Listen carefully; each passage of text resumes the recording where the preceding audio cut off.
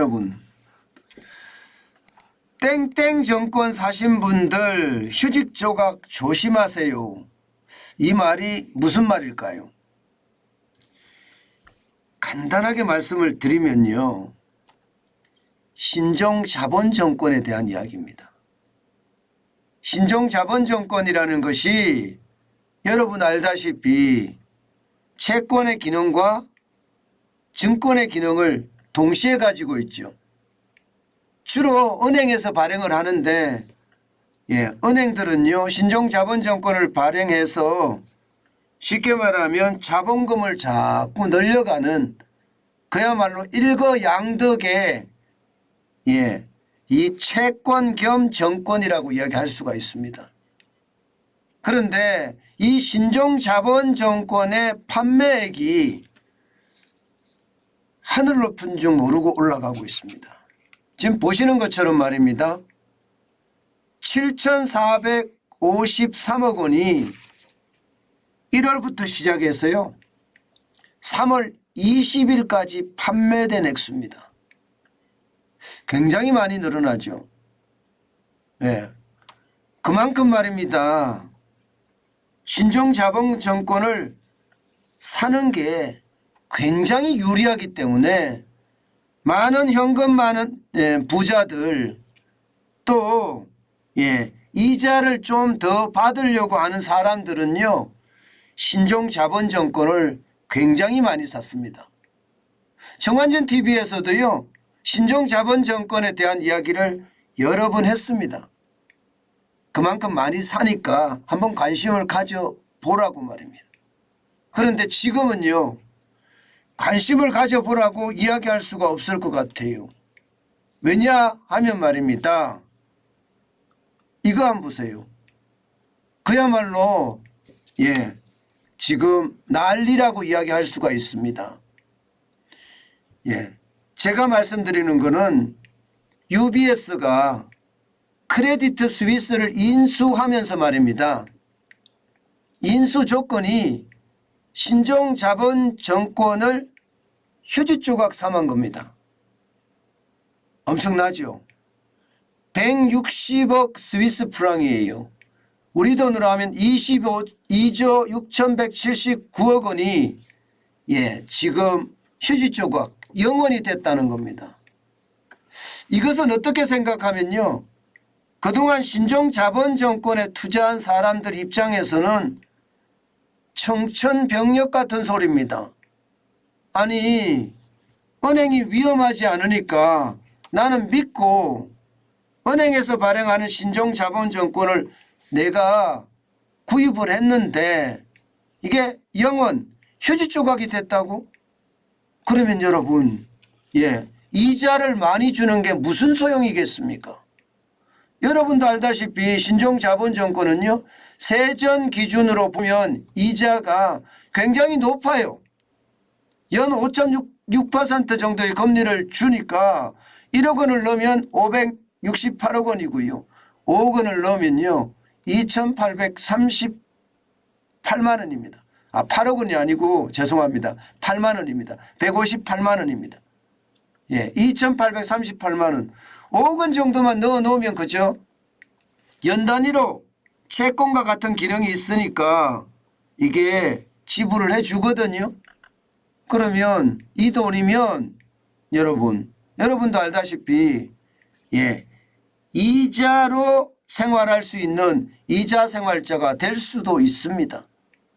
뭐 5억 원이 아니라 한 10억쯤 넣어둔다 그러면요 웬만한 연봉이니까 이게 뭐 굉장히 안전하다 이렇게 이야기할 수 있거든요.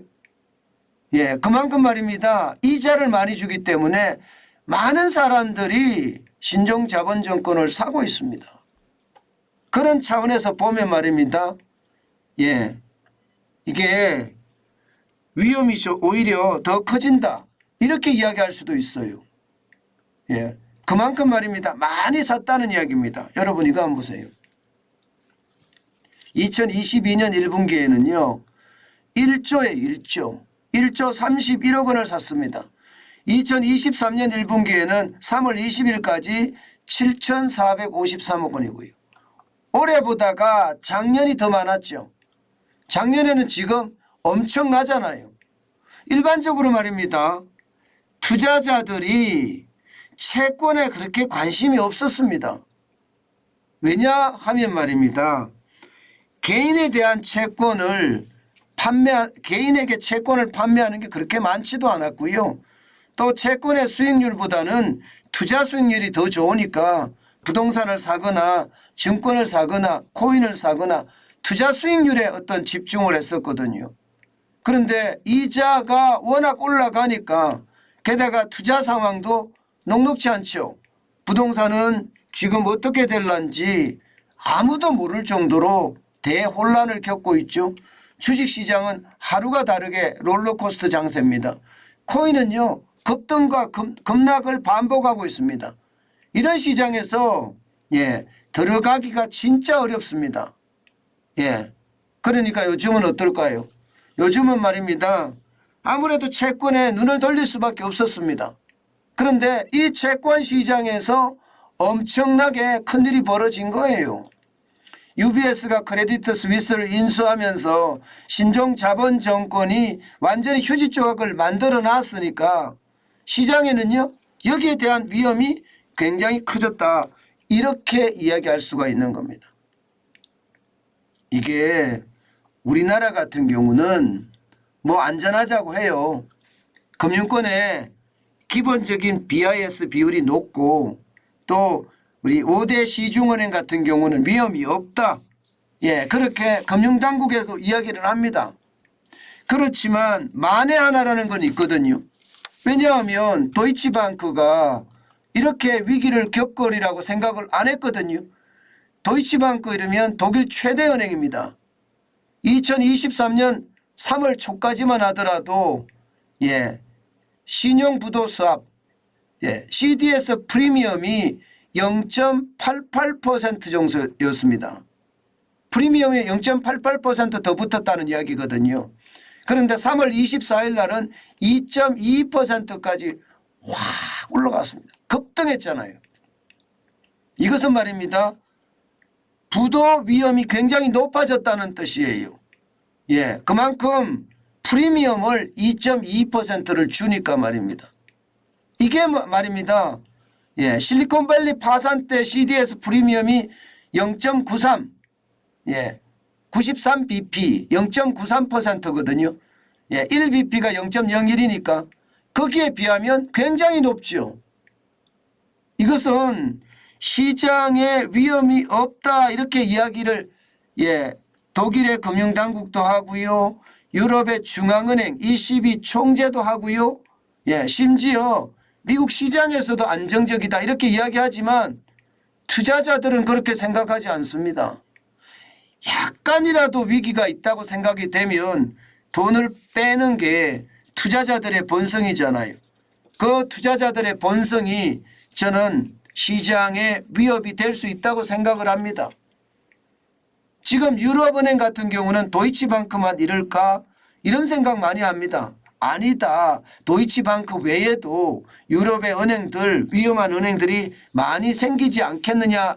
이게 시장의 대체적인 시각입니다. 기본적으로 은행들은요. 안전자산이라고 이야기하는 채권에 투자를 많이 했습니다.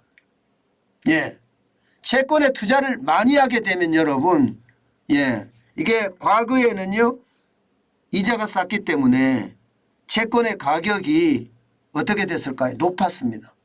그것을 2년, 3년, 4년, 5년 이렇게 들고 있잖아요. 그런데 그 사이에 이자가 엄청나게 올라갔습니다. 그 바람에 채권 가격은 폭락했거든요.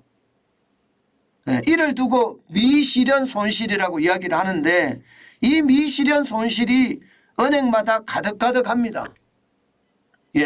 그만큼 말입니다. 은행들 입장에서는 자산을 채권에다 굴린 게 많다는 뜻이고요. 이 채권의 부실, 미실현 손실액이 많다는 이야기입니다. 문제는 돈을 내달라고 예금자들이 계속 아우성치고 뱅크런이 일어나면 어쩔 수 없이 말입니다. 채권을 팔아야 되는 경우가 생깁니다. 실리콘밸리 은행도 그렇게 팔았거든요. 그래서 미실현 손실이 실제 손실로 실현 손실로 바뀐 거예요. 18억 달러가 손실이 났으니까. 그 바람에 실리콘밸리 은행은요 뭐 최대한 길게 잡아서 44시간 만에 파산을 해버렸습니다. 도이치방크가 그렇게 안 되리라는 보장이 있을까요? 왜냐하면 지금 두 가지가 동시에 겹쳐 있잖아요. 지금 도이치방크 입장에서는요 채권에 대한 위기도 여기에 포함이 되어 있다고 봐야 됩니다. 왜? 뱅크런이 일어나니까. 여기에다가 신종자본증권을 팔겠다고 내놓는 사람들이 굉장히 많아졌습니다. 유럽에서. 신종자본증권을 팔겠다고 내놓으면 은행들 입장에서는 신종자본증권을 발행을 해서 쉽게 말하면 자본율을 높여왔는데 갑자기 시장에서 신종자본증권을 팔겠다고 많이 내오면 가격이 계속 떨어질 수밖에 없거든요. 그 신종자본증권의 위기가 동시에 몰렸다. 그러면 유럽 같은 경우는 이중 거예요. 채권에 대한 불안, 여기다가 신종자본증권의 어떤 위기, 이 두 가지가 동시에 덮쳤다 이렇게 생각할 수 있거든요. 유럽은요 그 어느 때보다 위험하다 이렇게 생각하는 것 어쩌면 당연합니다. 그렇게 됐을 때 선진국의 은행들이 위험하다. 미국도 위험하고 유럽도 위험하다. 아직은 터지지 않았지만 만약에 터질 경우 괜찮겠느냐 이런 생각하잖아요. 그러면 선진국에서 만약에 지금 파산이 아니라 이게 파산해서 한 걸음 더 나아가서 은행의 위기 좀 더 한 걸음 나아가서 글로벌 금융위기까지 발전을 만약에 한다면 신흥국이나 개도국은 어떻게 될까요? 신흥국이나 개도국은요 그 어느 때보다 더 큰 위기를 맞을 수가 있습니다. 그러면 이미 많은 사람들이 신종자본증권에 대한 이게 불안감 때문에 이미 팔고 있는 것도 사실이거든요. 아마 국내 시장도 당연히 그럴 거라고 생각을 하는데 그 위기가 우리에게는 오지 않겠느냐 그런 이야기 말입니다. 저는 당연히 있을 수 있다고 생각을 합니다. 물론 지금 현재로 봐서 뭐 큰 위기라고 할 수는 없습니다.